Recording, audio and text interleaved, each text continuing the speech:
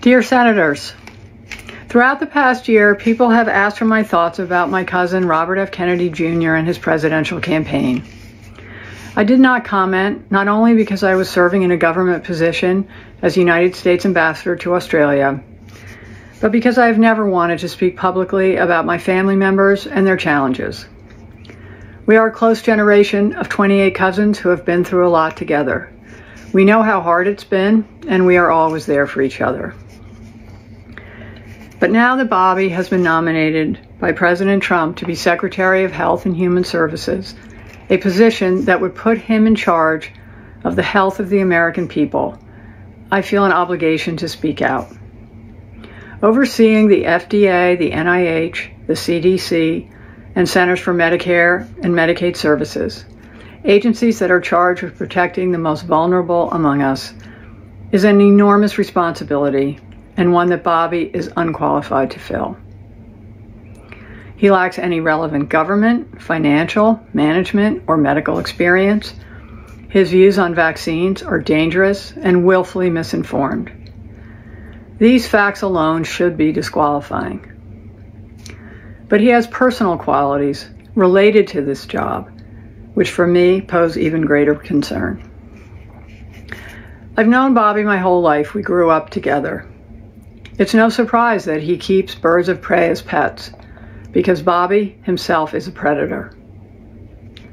He's always been charismatic, able to attract others through the strength of his personality, his willingness to take risks and break the rules. I watch his younger brothers and cousins follow him down the path of drug addiction. His basement, his garage, his dorm room were always the center of the action, where drugs were available, and he enjoyed showing off how he put baby chickens and mice in a blender to feed to his hawks. It was often a perverse scene of despair and violence. That was a long time ago, and people can change. Through his own strength and the many second chances he was given by people who felt sorry for the boy who lost his father, Bobby was able to pull himself out of illness and disease. I admire the discipline that took and the continuing commitment it requires. But siblings and cousins who Bobby encouraged down the path of substance abuse suffered addiction, illness, and death, while Bobby has gone on to misrepresent, lie, and cheat his way through life. Today, while he may encourage a younger generation to attend AA meetings, Bobby is addicted to attention and power. Bobby preys on the desperation of parents of sick children, vaccinating his own kids, while building a following hypocritically discouraging other parents from vaccinating theirs. Even before he fills this job, his constant denigration of our healthcare system and the conspiratorial half-truths he's told about vaccines, including in connection with Samoa's deadly 2019 outbreak of measles, have cost lives. And now we know that Bobby's crusade against vaccination has benefited him in other ways too. His ethics report makes clear that he will keep his financial stake in a lawsuit against an HPV vaccine. In other words, Bobby is willing to profit and enrich himself by denying access to a vaccine that can prevent almost all forms of cervical cancer and has already been safely administered to millions of boys and girls. During my time in Australia, I worked on the Quad Cancer Initiative, and I learned that cervical cancer is among the top 3 forms of cancer among women in a majority of countries.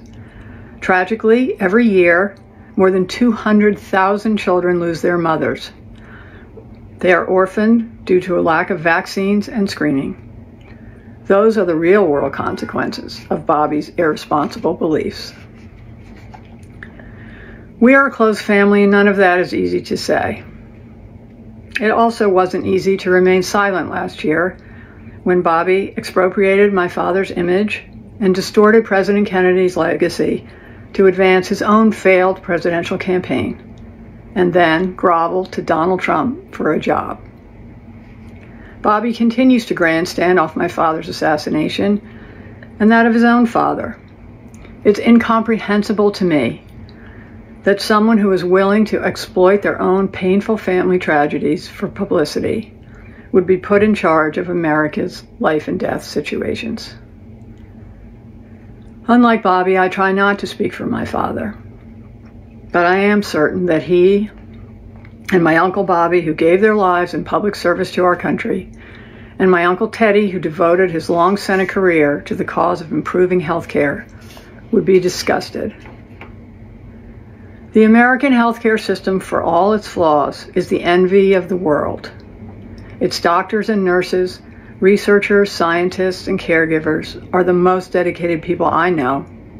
Every day they give their lives to heal and save others. They deserve a knowledgeable leader who is committed to evidence and excellence. They deserve a secretary committed to advancing cutting-edge medicine to save lives, not to rejecting the advances we have already made. They deserve a stable, moral, and ethical person at the helm of this crucial agency. They deserve better than Bobby Kennedy, and so do the rest of us. I urge the Senate to reject his nomination. Sincerely, Caroline Kennedy.